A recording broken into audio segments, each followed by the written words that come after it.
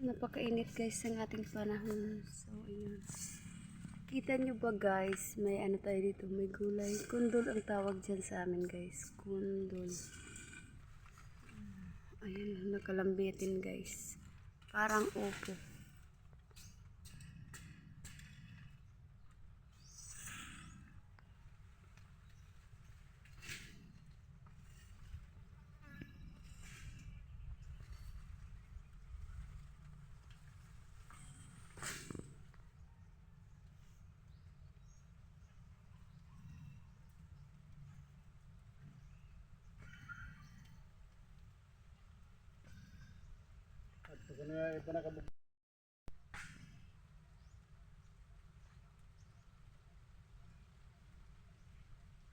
Ganda tingnan guys.